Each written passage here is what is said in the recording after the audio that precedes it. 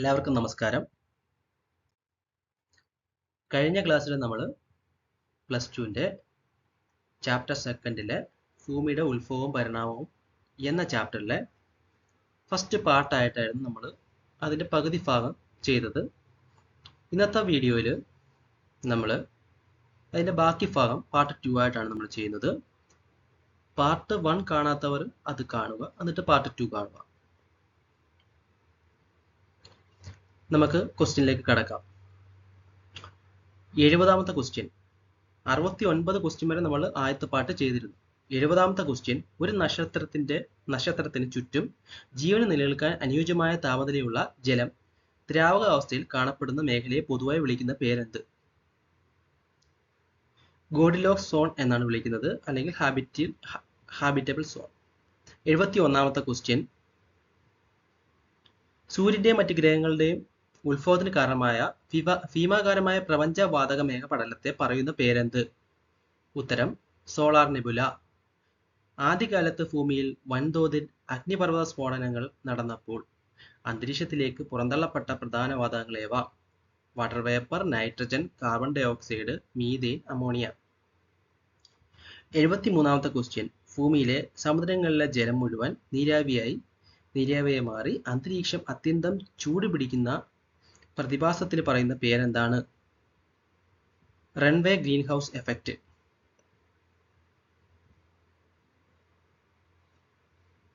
74ാമത്തെ question, ഭൂമിയുടെ ഉത്ഭവകാലത്ത് ഉണ്ടായ റേഡിയോ ആക്റ്റീവ് ശോഷണവും ഉൽക്കാപതനങ്ങളും ഭൂമിയിൽ എന്ത് മാറ്റമാണ് ഉണ്ടാക്കിയത്? ഭൂമിയുടെ ഉള്ളറയിലെ താപനില വൻതോതിൽ വർദ്ധിപ്പിച്ചു. നമ്മൾ ഇത് മാത്രമല്ല, ഓരോ ചാപ്റ്ററിന്റെ സ്റ്റേറ്റ്മെന്റ് ക്വസ്റ്റ്യനുകളും വരും വീഡിയോകളിൽ ചെയ്യുന്നതാണ്. നമുക്ക് 75ാം ക്വസ്റ്റ്യനിലേക്ക് പോകാം. 75ാമത്തെ ക്വസ്റ്റ്യൻ, എഡ്വിൻ ഹബിളിന്റെ പ്രപഞ്ച വികാസ സിദ്ധാന്ത പ്രകാരം ഗാലക്സികൾ തമ്മിലുള്ള ദൂരം വർദ്ധിക്കുന്നു എന്ന് കണ്ടെത്തി. എന്നാൽ ഗാലക്സികളുടെ സ്വന്തം വലിപ്പം വർദ്ധിക്കുന്നുണ്ടോ? ഇല്ല. ഗാലക്സികൾ തമ്മിലുള്ള അകലം മാത്രമേ കൂടുന്നുള്ളൂ, അവയുടെ വലിപ്പം മാറുന്നില്ല. 76ാമത്തെ ക്വസ്റ്റ്യൻ, ഭൂമിയിലെ സമുദ്രങ്ങളിൽ കാർബൺ ഡൈ ഓക്സൈഡ് വൻതോതിൽ ലലിഞ്ഞു ചേർന്നത് ഭൂമിയുടെ അന്തരീക്ഷത്തിൽ വരുത്തിയ മാറ്റം എന്താണ്? അന്തരീക്ഷത്തിലെ ഹരിതഗ്രഹ പ്രഭാവം കുറയ്ക്കുകയും ഭൂമി കൂടുതൽ തണുക്കാൻ സഹായിക്കുകയും ചെയ്തു. 77ാമത്തെ ക്വസ്റ്റ്യൻ, സൗരയൂഥത്തിലെ ഗ്രഹങ്ങളിൽ ഏറ്റവും കൂടുതൽ സാന്ദ്രതയുള്ള ഗ്രഹം ഏതാണ്? ഉത്തരം ഭൂമി. 5.51 ഗ്രാം പെർ സെന്റിമീറ്റർ ക്യൂബ്. 78ാമത്തെ ക്വസ്റ്റ്യൻ, സൗരയൂഥത്തിലെ ഗ്രഹങ്ങളിൽ ഏറ്റവും കുറവ് സാന്ദ്രതയുള്ള ഗ്രഹം ഏതാണ്? ശനി. ഇതിന്റെ സാന്ദ്രത വെള്ളത്തേക്കാൾ കുറവാണ്. 79ാമത്തെ ക്വസ്റ്റ്യൻ, ആന്തരിക ഗ്രഹങ്ങളുടെ ഉപരിതലം പാറകൾ നിറഞ്ഞതാകാൻ കാരണം അവ സൂര്യനോട് അടുത്തായതിനാൽ അവിടെ ഏത് വാതകങ്ങൾക്ക് ഘനീഭവിക്കാൻ കഴിഞ്ഞില്ല? ഹൈഡ്രജൻ, ഹീലിയം തുടങ്ങിയ വാതകങ്ങൾക്ക്. അതുപോലെ തന്നെ പ്രധാന ഒരു കാര്യം എന്ന് വെച്ചാൽ, നമ്മൾ ഈ ക്വസ്റ്റ്യൻ കാണുന്നതിനൊപ്പം തന്നെ നമ്മൾ പ്ലസ് 1 കുട്ടികളുടെ പാഠപുസ്തകം എടുത്ത് വാങ്ങി അത് വായിക്കുന്നതും വളരെ പ്രയോജനമാണ്. അതും വായിച്ച് അതിൻ്റെ കൂടെ ക്വസ്റ്റ്യനുകളും പഠിക്കുമ്പോൾ നമുക്ക് അതിൽ നിന്ന് മിക്കവാറും ഒരു 90% 100% മാർക്ക് നമുക്ക് സ്വന്തമാക്കാൻ കഴിയും. അല്ലാതെ നമ്മൾ വന്നു കഴിഞ്ഞാൽ നമുക്ക് എക്സാമിന് നല്ല രീതിയിൽ മാർക്ക് മേടിക്കാനും പറ്റും. പിന്നെ അതുപോലെ തന്നെ ഇതിനകത്തുള്ള പല ക്വസ്റ്റ്യനുകളും കഴിഞ്ഞ കാലങ്ങളിൽ ചോദിച്ച ക്വസ്റ്റ്യനുകളാണ്. ഇത് നോക്കുന്ന ഏതൊരു വിദ്യാർത്ഥികൾക്കും മനസ്സിലാവുന്നത് തന്നെയാണ്. ഇത് പലതും പണ്ട് കാലങ്ങളിൽ ചോദിച്ചിട്ടുള്ളതാണ്, നേരത്തെയൊക്കെ ഇപ്പോഴും ചോദിച്ചിട്ടുള്ളതാണ്.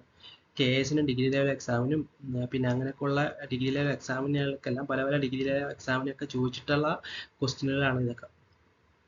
മനസ്സിലാവും, ഇത് കാണുമ്പോൾ നിങ്ങൾക്ക് മനസ്സിലാവും കൃത്യമായിട്ട്. അടുത്ത 80ാമത്തെ ക്വസ്റ്റ്യനിലേക്ക് പോകാം. എഡ്വിൻ ഹബിളിന്റെ പ്രപഞ്ച വികാസ സിദ്ധാന്തത്തിന് പകരമായി സ്റ്റഡി സ്റ്റേറ്റ് സിദ്ധാന്തം അവതരിപ്പിച്ച ഹോയലുമായി ചേർന്ന് പ്രവർത്തിച്ച മറ്റൊരു പ്രമുഖ ശാസ്ത്രജ്ഞൻ ആര്? ജയന്ത് നർലിക്കറാണ്. 81ാമത്തെ ക്വസ്റ്റ്യൻ, സൗരയൂഥത്തിലെ ഗ്രഹങ്ങളുടെ ഉപരിതല ഗുരുത്വാകർഷണം ഏറ്റവും കൂടുതലുള്ള ഗ്രഹം ഏതാണ്? വ്യാഴം. ഭൂമിയേക്കാൾ ഏകദേശം 2.5 മടങ്ങ് കൂടുതലാണ്. 82ാമത്തെ ക്വസ്റ്റ്യൻ, ഗ്രഹങ്ങളുടെ സാന്ദ്രത പരിശോധിക്കുമ്പോൾ ടെറസ്ട്രിയൻ ഗ്രഹങ്ങളിൽ ഏറ്റവും കുറഞ്ഞ സാന്ദ്രതയുള്ള ഗ്രഹം ഏതാണ്? ചൊവ്വ. 83ാമത്തെ ക്വസ്റ്റ്യൻ, സൂര്യനും ഭൂമിയും തമ്മിലുള്ള ദൂരം ഏറ്റവും കൂടിയ അവസ്ഥയ്ക്ക് പറയുന്ന പേരെന്ത്? സൂര്യോച്ചം. 84ാമത്തെ ക്വസ്റ്റ്യൻ, ഭൂമിയുടെ ചരിത്രത്തിലെ പാലിയോസോയിക് യുഗത്തിലെ ഏറ്റവും ആദ്യത്തെ പീരീഡ് ഏതാണ്? കാംബ്രിയൻ പീരീഡ് ആണ്. 85ാമത്തെ ക്വസ്റ്റ്യൻ, ഭൂമിയിലെ വൻകരകളും സമുദ്രങ്ങളും ഇന്നത്തെ അവസ്ഥയിലേക്ക് നീങ്ങാൻ തുടങ്ങിയ പ്ലേ ടെക്നോളജി ചലനങ്ങൾ സജീവമായത് ഏത് ഇയോണിലാണ്? പ്രോട്ടറോസോയിക് ഇയോണിലാണ്.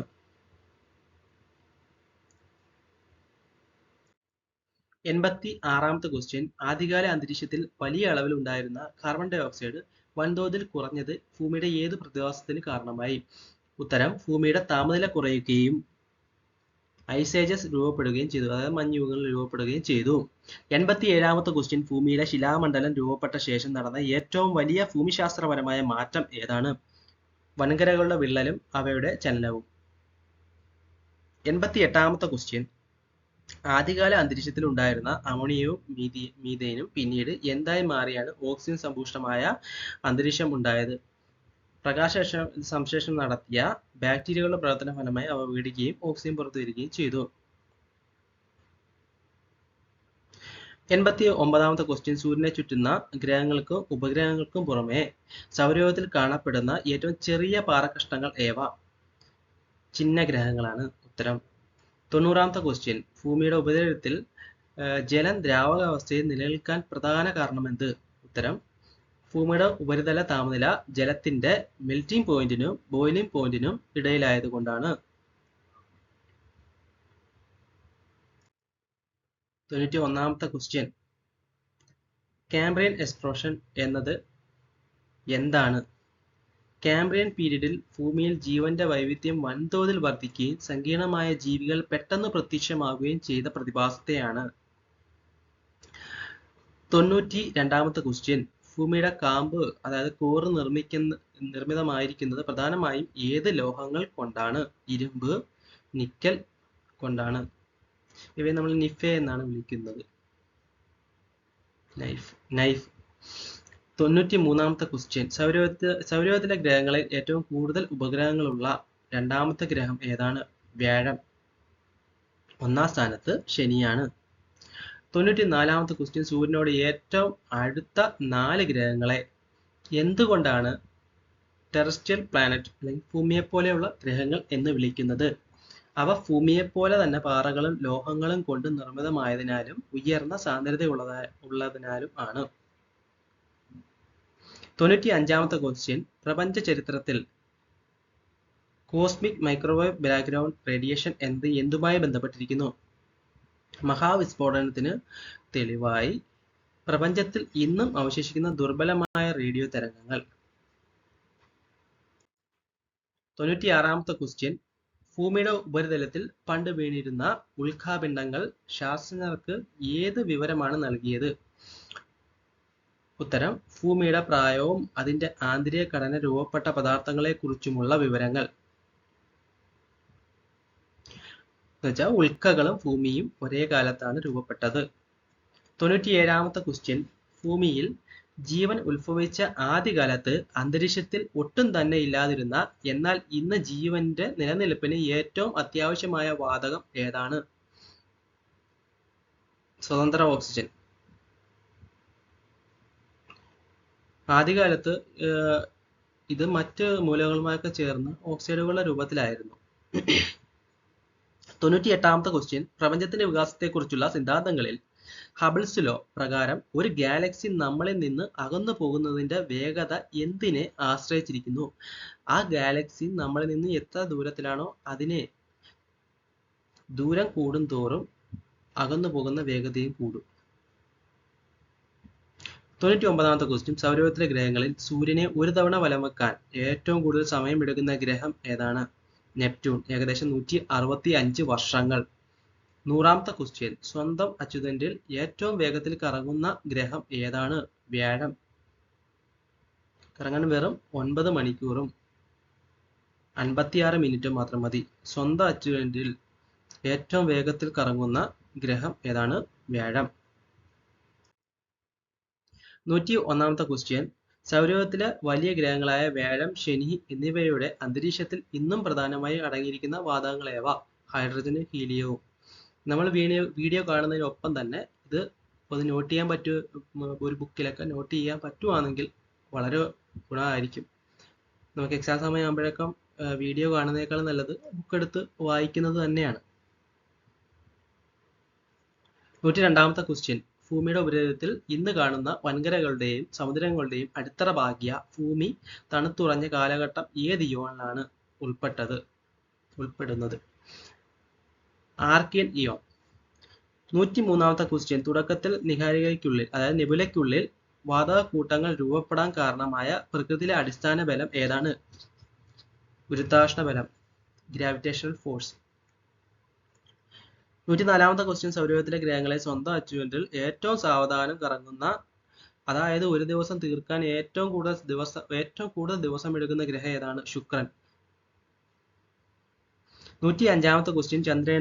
ചന്ദ്രന്റെ ഉത്ഭവത്തിന് കാരണമായ ദി ബിഗ് സ്പ്ലാറ്റ് നടന്നത് ഭൂമി രൂപപ്പെട്ട് ഏകദേശം എത്ര വർഷങ്ങൾക്കുള്ളിലാണ്? ഭൂമി രൂപപ്പെട്ട് ഏകദേശം 2 മുതൽ 5 കോടി വർഷങ്ങൾക്കുള്ളിൽ.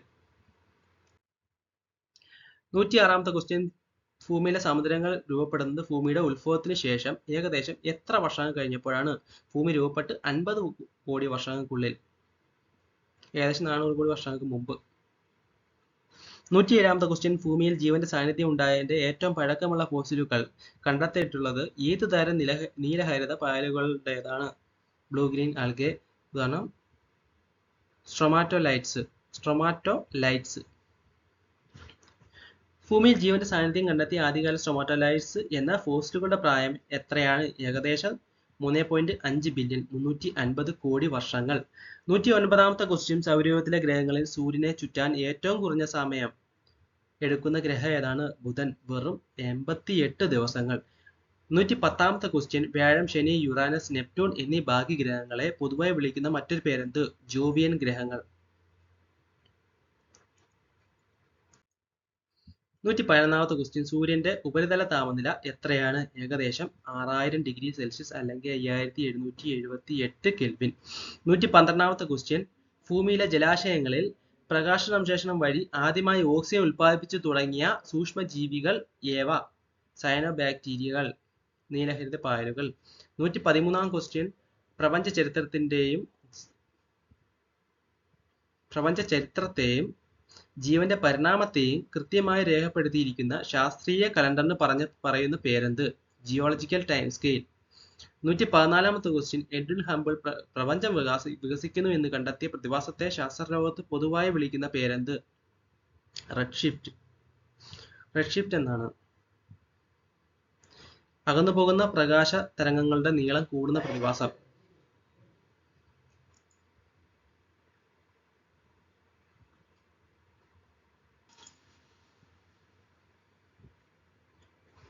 സൗരയൂഥത്തിലെ ഗ്രഹങ്ങളിൽ സ്വന്തം അച്ചുതണ്ടിൽ കിടന്നുകൊണ്ട് കറങ്ങുന്ന ഗ്രഹം ഏത്? യുറാനസ്. ഇതിന്റെ അച്ചുതണ്ടിന്റെ ചരിവ് 98 ഡിഗ്രിയാണ്. 116ാമത്തെ ക്വസ്റ്റ്യൻ. സൗരയൂഥത്തിലെ ഗ്രഹങ്ങളിൽ ഏറ്റവും കട്ടിയുള്ളതും സാന്ദ്രതയേറിയതുമായ അന്തരീക്ഷമുള്ള ടെറസ്ട്രിയൻ ഗ്രഹം ഏതാണ്? ശുക്രൻ. ഇതിന്റെ അന്തരീക്ഷമർദ്ദം ഭൂമിയേക്കാൾ 92 മടങ്ങ് കൂടുതലാണ്.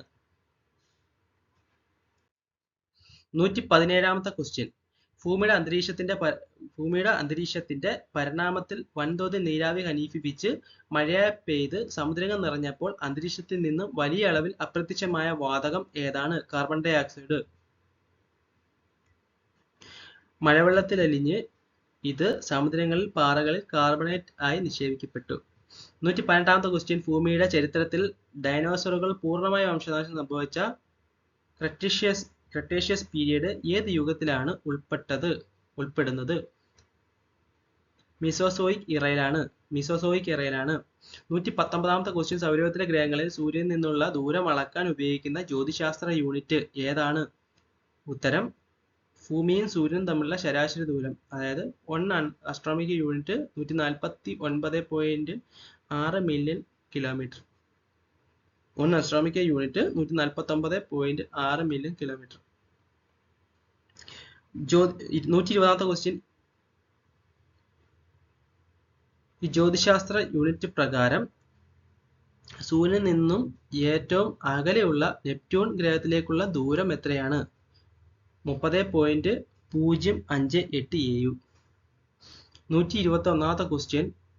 സൗരയൂഥത്തിലെ ഗ്രഹങ്ങളിൽ ഭൂമിയോട് ഏറ്റവും അടുത്ത വലിപ്പവും പിണ്ഡവുമുള്ള ഭൂമിയുടെ ഇരട്ട എന്നറിയപ്പെടുന്ന ഗ്രഹം ഏതാണ്? ശുക്രൻ. 122ാമത്തെ ക്വസ്റ്റ്യൻ, ഭൂമിയുടെ ചരിത്രത്തിലെ ഏറ്റവും ദൈർഘ്യമേറിയ കാലഘട്ടത്തെ പൊതുവായി വിളിക്കുന്ന പേരെന്ത്? ഇയോണുകൾ. 123ാമത്തെ ക്വസ്റ്റ്യൻ, നമ്മൾ ഇപ്പോൾ ജീവിക്കുന്ന ഈ ആധുനിക കാലഘട്ടം ജിയോളജിക്കൽ ടൈം സ്കെയിൽ പ്രകാരം ഏത് എപ്പോക്കിൽ ആണ് ഉൾപ്പെടുന്നത്? ഹോളിസീൻ എപ്പോക്ക്. 127ാമത്തെ ക്വസ്റ്റ്യൻ, സൗരയൂഥത്തിലെ ബാക്കി ഗ്രഹങ്ങളുടെ അന്തരീക്ഷം ഇന്നും ഒലിച്ചു പോകാതെ നിലനിൽക്കാൻ കാരണം അവയുടെ ഉയർന്ന ഗുരുത്വാകർഷണ ബലവും കൂടാതെ സൂര്യനിൽ നിന്നുള്ള ഏത് പ്രതിഭാസത്തിന്റെ ശക്തി അവിടെ കുറവായത് കൊണ്ടാണ്? സൗരവാതം. 125ാമത്തെ ക്വസ്റ്റ്യൻ, ഭൂമിയുടെ കോറിൽ ഇരുമ്പും നിക്കലും അടിഞ്ഞുകൂടിയപ്പോൾ സിലിക്കേറ്റുകൾ മുകളിലേക്ക് വന്ന് ക്രിസ്റ്റൽ രൂപപ്പെട്ടു. ഈ പ്രക്രിയയ്ക്ക് ശാസ്ത്രീയമായി പറയുന്ന പേരെന്ത്? ഡിഫറൻസിയേഷൻ.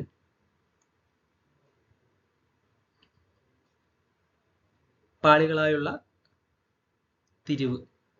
126ാമത്തെ ക്വസ്റ്റ്യൻ, ഭൂമിയിൽ ആദ്യമായി രൂപം കണ്ട ഏകകോശ ജീവികൾ ശ്വസനത്തിനായി ഓക്സിജൻ ഉപയോഗിച്ചിരുന്നോ? ഇല്ല. അവ അനേറോബിക് ജീവികളായിരുന്നു. കാരണം അന്ന് അന്തരീക്ഷത്തിൽ സ്വതന്ത്ര ഓക്സിജൻ ഇല്ലായിരുന്നു. 127ാമത്തെ ക്വസ്റ്റ്യൻ, പ്രപഞ്ചത്തിന്റെ ഉത്ഭവത്തെക്കുറിച്ചുള്ള ബിഗ് ബാങ് സിദ്ധാന്തത്തെ മറ്റൊരു പേരിൽ അറിയപ്പെടുന്നത് എങ്ങനെ? വികസിക്കുന്ന പ്രപഞ്ച സിദ്ധാന്തം, എക്സ്പാൻഡിംഗ് യൂണിവേഴ്സ് ഹൈപ്പോത്തിസിസ്. 128ാമത്തെ ക്വസ്റ്റ്യൻ, ചന്ദ്രന്റെ ഉത്ഭവത്തിന് കാരണമായ ദി ബിഗ് സ്പ്ലാറ്റ് പ്രതിഭാസത്തിൽ ഭൂമിയുമായി വന്ന് ഇടിച്ച ആകാശഗോളത്തിന്റെ വലിപ്പം ഏകദേശം ഏത് ഗ്രഹത്തിന്റേതിന് തുല്യമായിരുന്നു? ചൊവ്വ ഗ്രഹത്തിന്റേതിന് തുല്യമായിരുന്നു. ചൊവ്വ ഗ്രഹത്തിന്റെ വലിപ്പത്തിന് തുല്യമായിരുന്നു.